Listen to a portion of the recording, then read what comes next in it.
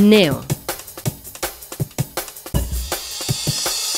A la descoberta de les tombes gelades.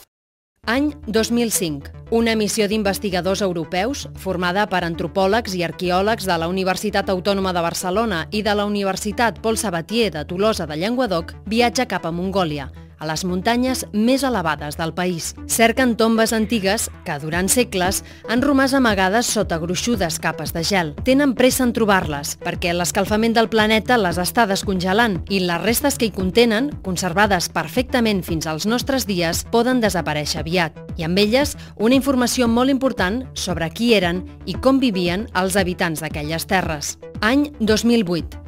Els investigadors organitzen una exposició a la UAB i una conferència per donar a conèixer els resultats de la seva expedició a Mongòlia, la descoberta de tombes de l'edat de ferro parcialment gelades.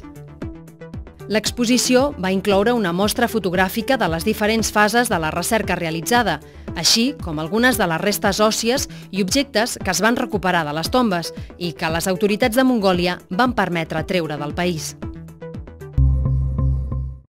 Les tombes descobertes es troben al massís muntanyenc de l'Altai mongol, en una zona inhòspita a 2.500 metres d'altura.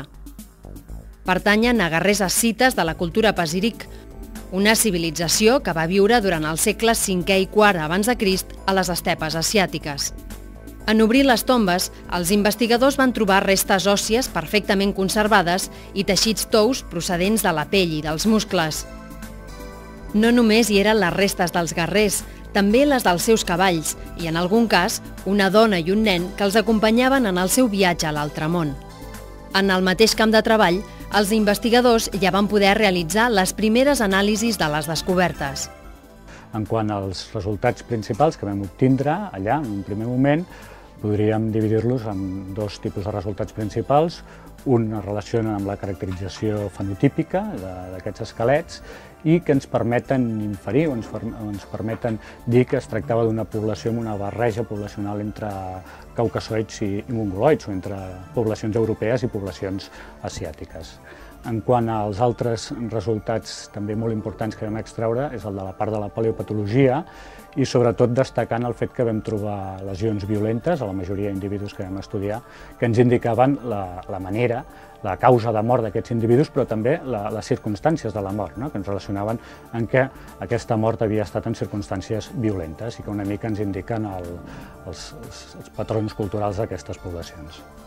Es van poder obtenir també restes dentals que, juntament amb algunes restes òssies, han permès realitzar l'anàlisi d'ADN antic als laboratoris del Departament de Biologia de la UAB i realitzar descobertes sobre l'origen d'aquesta població de guerrers.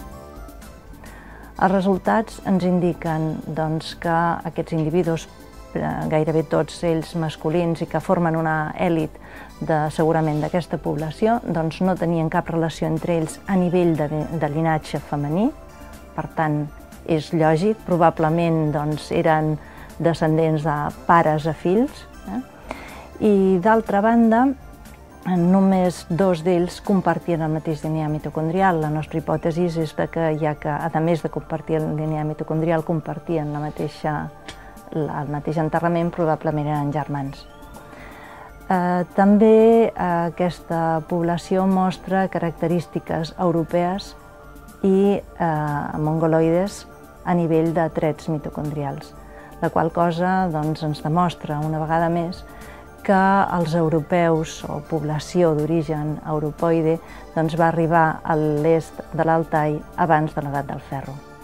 A més de les restes biològiques, a les tombes hi havia tot l'aixovar del carrer, punyals i pics de bronze, puntes de fletxadors i pells decoratives per a cinyells de fusta. Hi havia també els arnesos que duien els cavalls, bols de ceràmica, robes i fins i tot restes d'una sabata, objectes que parlen de la vida i de la cultura d'un poble molt antic. Un veritable tresor per als arqueòlegs i antropòlegs que pensen continuar cercant els pròxims anys més tombes gelades.